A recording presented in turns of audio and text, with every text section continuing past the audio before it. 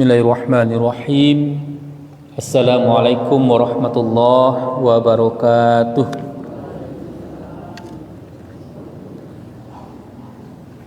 Alhamdulillahi rabbil alamin. Nahmaduhu wa nasta'inu wa nastaghfiruh. Asyhadu an la ilaha illallah wahdahu la syarikalah wa asyhadu anna Muhammadan abduhu wa rasuluh sallallahu alaihi wasallam la nabiyya ba'dah. Allahumma salli wa sallim ala sayyidina wa maulana Muhammadin wa ala alihi wa sahbihi ajma'in. Rabbi israh li sadri wa yassir li amri wahlul 'uqdatam min lisani yafqahu qawli. Ibu-ibu dan bapak, kaum muslimin dan kaum muslimat, jamaah subuh Masjid Raya Surat Air yang kami muliakan, mari sama-sama kita menyampaikan rasa syukur kita kehadirat Allah Subhanahu wa taala yang senantiasa melimpahkan rahmat dan karunia-Nya kepada kita bersama tanpa henti, dan itu kita jadikan sebagai penopang untuk melanjutkan kehidupan kita, melaksanakan ibadah kepada Allah Subhanahu wa taala dalam rangka mencapai keridhaan Allah Subhanahu wa taala. Mudah-mudahan kita semua berada di dalam keridhaannya dan menjadi hamba Allah yang dicintai oleh Allah Subhanahu wa taala. Amin ya rabbal alamin. Selawat beserta salam senantiasa kita doakan dan senantiasa tercurah kepada yang mulia Nabi kita Muhammad sallallahu alaihi wasallam. Allahumma salli ala Muhammad wa ala ali Muhammad. Ibu-ibu dan bapak, jemaah subuh yang dirahmati Allah, pada kajian subuh kita pada hari ini kita akan mencoba kembali membahas, melihat tentang hakikat ikhlas. Ibu dan bapak, ikhlas adalah pondasi dasar bagi kita untuk beramal. Ikhlas adalah hal terpenting yang harus kita dudukkan dalam beribadah. Karena apa? Nilai keikhlasan ini akan menjadi penentu kepada nilai ibadah yang kita kerjakan. Maka ibu-ibu dan bapak, kita diajarkan untuk selalu ikhlas lillahi ta'ala. Apapun amal, perbuatan kebaikan yang kita kerjakan, semuanya di ujungnya haruslah lillahi ta'ala. Tidak ada yang lain. Ketika kita berniat salat, usolli salatas subhi raka'ataini mustaqbilal qiblati ma'muman lillahi ta'ala. Ujungnya adalah lillahi ta'ala. Nah, kalau kita maknai ibu dan bapak, ujung kalimat kita itu lillahi ta'ala, itu memberikan makna kepada kita bahwa ditinjau dari segi lafaz lugawinya, itu adalah disebut dengan li pertamanya itu lillah. Dalam kalimat lillah itu ada li itu disebut dengan lamut tamlik, namanya lamut tamlik dalam istilah bahasa Arabnya. Artinya adalah menunjukkan segala sesuatu itu adalah milik Allah. Lillah, hanya Allah yang memiliki, hanya Allah yang menguasai, hanya Allah yang mempunyai. Tidak ada yang lain. Dan itu lil istighraq, maknanya adalah lil istighraq. Artinya adalah menghabiskan semuanya untuk Allah. Menguasai semuanya adalah Allah, tidak ada yang lain. Maka ketika kita berniat melakukan suatu amal ibadah, melakukan satu amal soleh, ketika kita sudah meniatkannya itu lillahi ta'ala, maka tidak ada lagi hal-hal lain sesudah lillahi itu. Tidak ada faktor-faktor lain sesudah lillah. Habis, titik, sampai di sana. Maka dikatakan tadi, ketika kita sudah mengucapkan lillah, berarti habis ibu bapak, karena semuanya sudah masuk ke dalam miliknya Allah. Tidak ada lagi tambah-tambahan sudah lillah untuk liko dan segala macam. Tidak ada lagi. Semuanya sudah selesai pada kalimat lillahi ta'ala. Nah, ibu-ibu dan bapak, menurut sebuah definisi menyampaikan bahwa al-ikhlas ayyaf alal mukallafu ta'ah khalisatan lillah wahdah la yuridu biha ta'zimuha minan nas wala tawkiran wala jalaba naf'id di dunia. Sebuah definisi menjelaskan tentang makna ikhlas. Ayyaf alal mukallafa at-ta'ata khalisatan lillah, bahwa seseorang mukallaf, yang dikatakan ikhlas itu seseorang mukallaf melakukan sebuah perbuatan amal adalah semata-mata karena Allah Subhanahu wa taala, khalisatan lillah wahdah, semata-mata hanya untuk Allah semata-mata satu-satunya, tidak ada untuk yang lain. Kemudian la yuridu biha ta'ziman linnas, dengan amal yang dia kerjakan dia tidak mengharapkan apapun bentuk sanjungan, bentuk pujian, bentuk keagungan minan nas, dari manusia.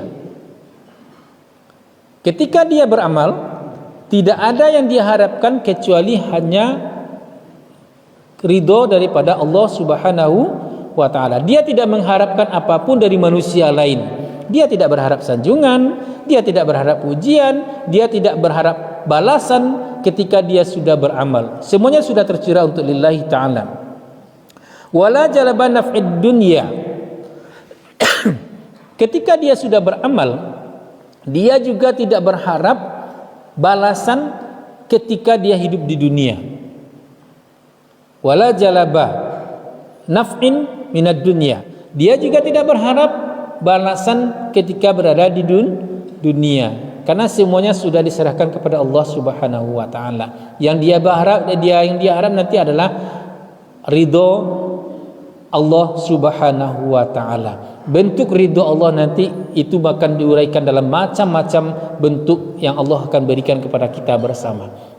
Nah, jadi ibu-ibu dan bapak yang berbahagia, sebuah keikhlasan yang dikatakan oleh Ibnu Qayyim bahwa al-ikhlasu amalul qalbi. Ikhlas itu adalah perbuatan hati. Ikhlas adalah perbuatan hati. Wa huwa aslul a'mal. Dan itu adalah pokok atau prinsip dari sebuah amal. Jadi beberapa al-ikhlasu amalul qalbi. Ikhlas itu perbuatan hati, wa mahalluhu fil qalb. Keikhlasan itu adanya di hati, tidak ada di tempat lain, karena dia bersumber dari hati. Maka ibu bapak dalam fikih dikatakan bahwa ikhlas itu mahalluhu fil qalb. Ikhlas itu adanya di dalam hati, dan dia seiring dengan niat kita, karena niat juga adanya di dalam hati. Ibu bapak perlu kita pahami, niat yang sesungguhnya itu adalah di dalam hati. Ya, niat itu adanya di dalam hati. Ma khatara fil qalb, apa yang terlintas, apa yang tergores di dalam hati kita, itulah yang niat sesungguhnya. Kemudian apa yang ketika kita mengucapkan dengan lidah, usolli salata subhi raka'ataini, atau dengan ibadah dengan lafaz-lafaz yang lain, ibu-ibu dan bapak yang berbahagia, itu disebut dengan talafuzun niyah. Itu disebut dengan lafaz niat yang kita ucapkan dengan lidah kita. Tapi niat yang intinya adalah berada di dalam hati. Maka ibu bapak, ketika kita berniat tanpa melafazkan, mungkin hanya kita berniat di hati tanpa mewujudkannya dalam bentuk gerakan mulut, itu sesungguhnya niat kita sudah sah, sudah selesai. Kan ada orang yang berniat ibu bapa tanpa menggerakkan bibir, tagak senyum, tapi dia sudah berniat di dalam hati. Malah ibu bapa dikatakan bahwa dalam fikih ketika kita berniat sholat, nah yang sesungguhnya kalau bisa itu dilakukan itu seiring dengan gerakan sholat. Kapan? Ketika kita mulai takbiratul ihram, ketika kita mulai mengangkat, seiring dengan itu ada niat di dalam hati kita.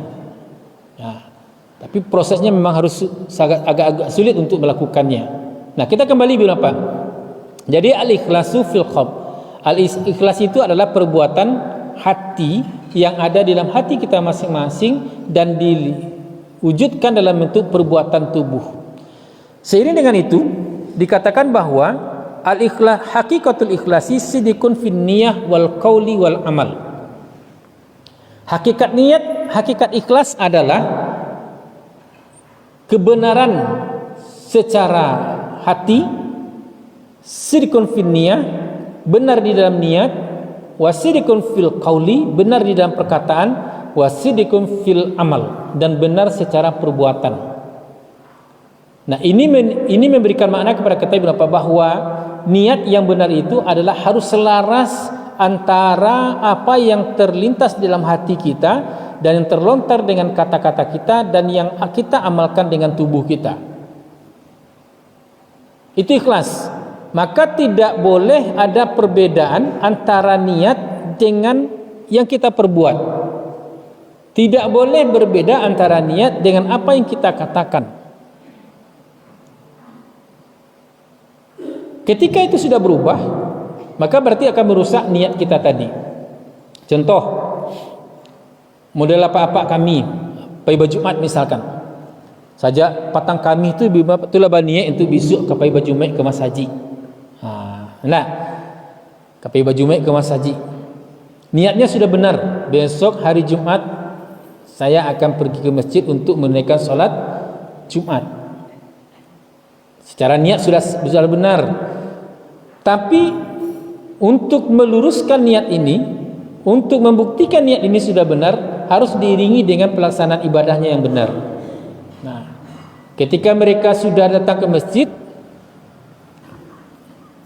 dan ternyata apa yang mereka lakukan itu tidak sesuai dengan kaidah adabnya berjumat, maka berarti tidak sesuai dengan niat dengan apa yang dia lakukan.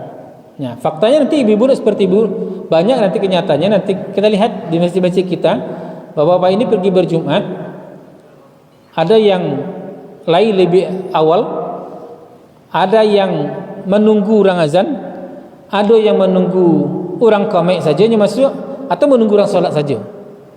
Nah, itu tipologi ibu bapak-bapak kita sedang berjumat ibu apa?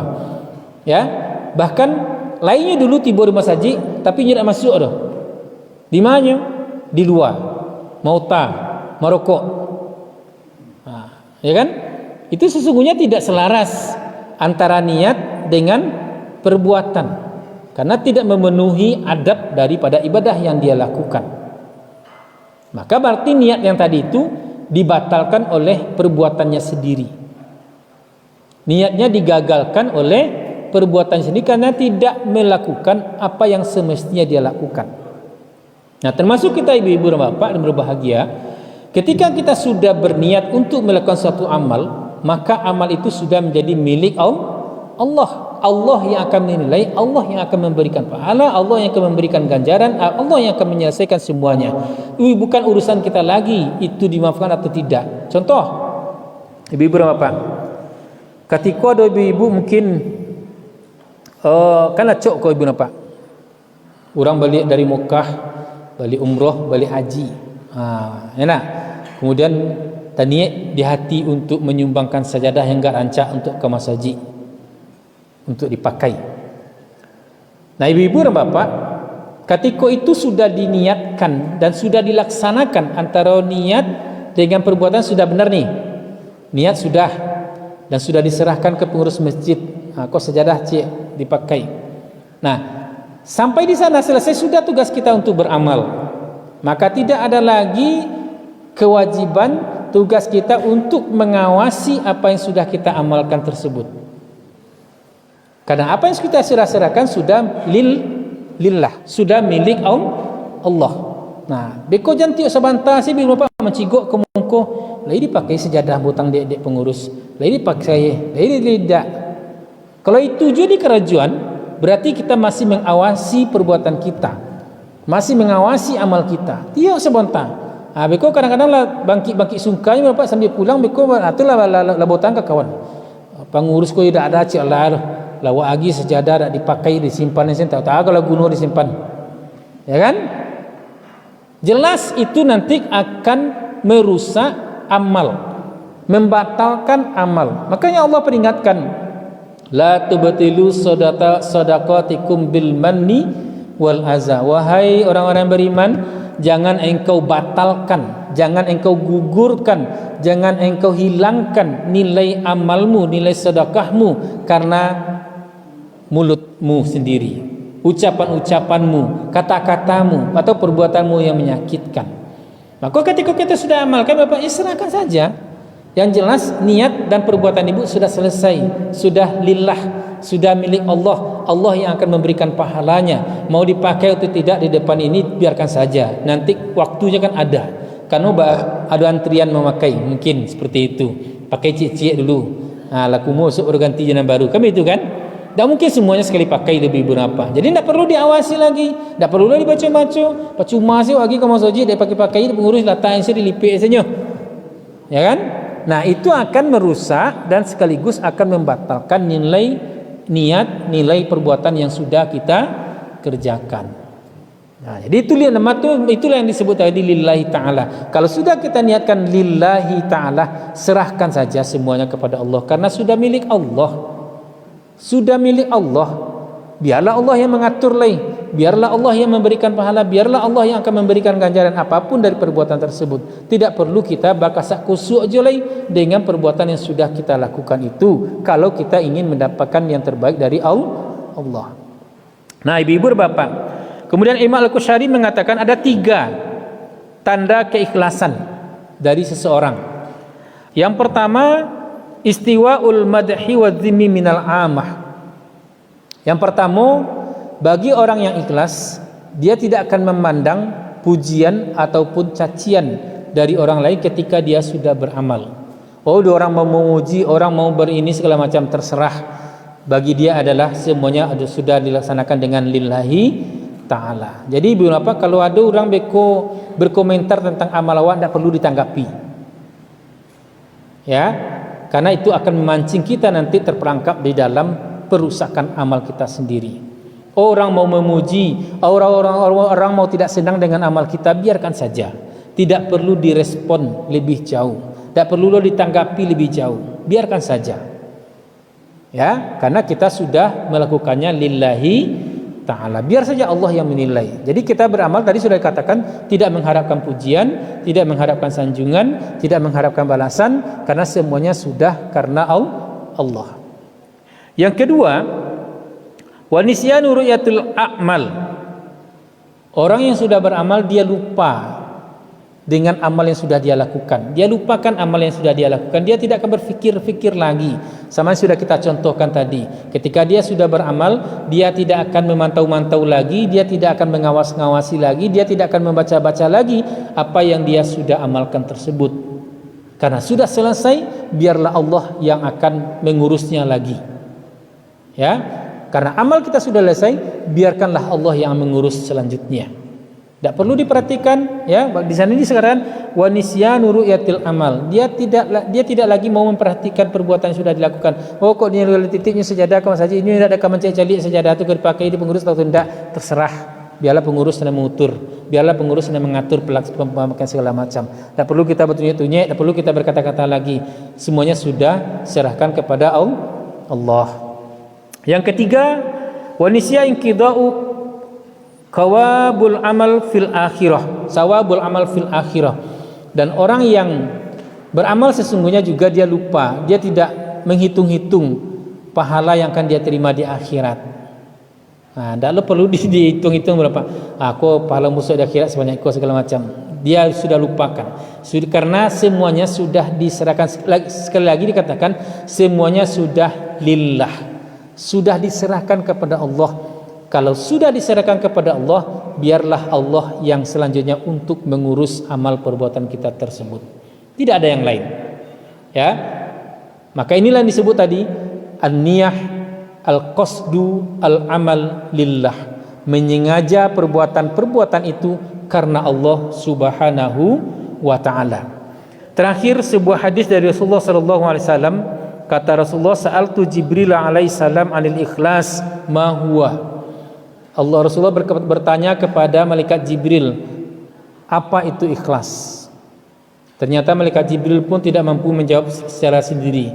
Maka Jibril mengatakan, sa'altu rabbal izzati. Aku tanyakan kepada Tuhan yang maha agung, ma huwal ikhlas. Apa itu ikhlas? Maka pertanyaan itu dijawab oleh Allah, faqala rabbul izzah al-ikhlasu sirrun min sirri. Kata Allah, ikhlas itu adalah salah satu rahasiaku dari sebanyak sekian rahasia. Itu adalah salah satu bagian rahasiaku, auda'tuhu fil qalb, yang aku letakkan di dalam hati manusia. Ya, auda'tuhu qalbun min ajman ahbabtu min ibadi. Aku letakkan di dalam hati manusia yang aku pilih, kata Allah. Ya, yang Allah cintai. Jadi berapa? Al-ikhlas sirun min sirri, kata Allah. Ikhlas itu adalah salah satu rahasia Allah yang ada di dalam hati manusia. Karena ini sifatnya rahasia, Ibu Bapak, maka tidak ada hak manusia untuk menilai keikhlasan seseorang. Ya, maka tidak ada kewenangan kita, tidak ada hak kita, tidak ada kemampuan kita untuk menilai amal seseorang, apakah dia ikhlas beramal atau tidak. Karena dia adalah rahasia Allah yang diletakkan dalam hati manusia. Kita tidak tahu apa yang dia niatkan di dalam hatinya. Kita tidak tahu apa yang diinginkan dalam hati seseorang ketika dia beramal. Maka dia menjadi sebuah rahasia. Karena itu rahasia, Allah yang tahu. Apa yang ada di niatnya, apa yang dia niatkan itu hanya Allah yang tahu dengan diri orang yang berniat itu. Maka ibu-ibu dan bapak berbahagia, maka kita tidak boleh memvonis, enggak ada ikhlas amal kau dah. Enggak ikhlas amal sia-sianya, kecuali mulai tugasnya beramal. Alun tentu lah ibu-ibu dan bapak. Ya, apa yang kita lihat belum tentu menunjukkan kepada kualitas keikhlasan dia. Contoh ibu bapak kita ketika kita awak mengumpulkan infak, misalkan mengumpulkan sedekah, kan sering kita ibu bapak orang menyampaikan dari siko sekian, dari siko sekian, dari si A sekian, gitu kan? Apakah kita akan menilai mereka itu tidak ikhlas, ria dengan menyebutkan apa yang dia amalkan? Belum tentu, karena di dalam Al-Quran juga ada perintahnya seperti itu. Wasiru qaulakum awijharu bi, silakan sirkan atau silakan jaharkan. Kalau kalian mampu untuk mensirkan itu lebih baik. Kalau kalian ingin menjaharkan silakan. Yang penting jaga niatnya, jaga nilai hatinya. Karena dalam Al-Quran juga diperbolehkan seperti itu. Ketika kita beramal, kita suarakan, kita jaharkan, kita jelaskan, atau kita sirkan juga, itu tidak ada masalah. Nah, jadi artinya apa? Tidak ada hak manusia untuk menilai sesungguhnya apakah orang ini ikhlas dalam beramal atau tidak, karena dia menjadi rahasia yang ada di dalam hati kita masing-masing. Dan tahu awak surang dengan Allah Subhanahu wa taala. Nah, jadi ibu-ibu dan bapak berbahagia, maka dalam beramal, dalam berbuat ibadah, apapun itu kebaikan yang kita lakukan, semuanya harus terkunci dalam kalimat lillahi ta'ala, titik sampai di situ, tidak ada yang lain. Selesai niat kita sampai di kalimat lillahi ta'ala. Tidak ada karena mengharapkan pujian, tidak ada karena mengharapkan balasan, tidak ingin mengharapkan sanjungan dan segala macam, tapi semuanya sudah kita serahkan kepada Allah Subhanahu wa ta'ala. Terkunci dalam kalimat lillahi ta'ala. Karena sudah kami sampaikan tadi, kalimat lillahi ta'ala itu adalah lil istighraq yang menunjukkan bahwa semuanya dihabiskan dalam kalimat untuk Allah Subhanahu wa ta'ala. Mudah-mudahan pemahaman yang kami sampaikan ini membuat kita semakin memantapkan dan menguatkan nilai keikhlasan kita di dalam beribadah, di dalam kalimat lillahi ta'ala. Nah, karena semuanya nanti akan berpulang kepada Allah, Allah yang akan menerima, Allah yang akan membalasi, Allah yang akan memberikan ganjaran terhadap apa yang sudah kita kerjakan. Mudah-mudahan dipahami dan bisa meningkatkan nilai keikhlasan kita dalam beramal, dan mudah-mudahan kita bisa jaga amal kita dengan perbuatan-perbuatan kita sendiri, dan jangan batalkan nilai amal kita karena ikut mengawasi apa yang sudah kita serahkan kepada Allah Subhanahu wa ta'ala. Berbanyak maaf. Wassalamualaikum warahmatullahi wabarakatuh.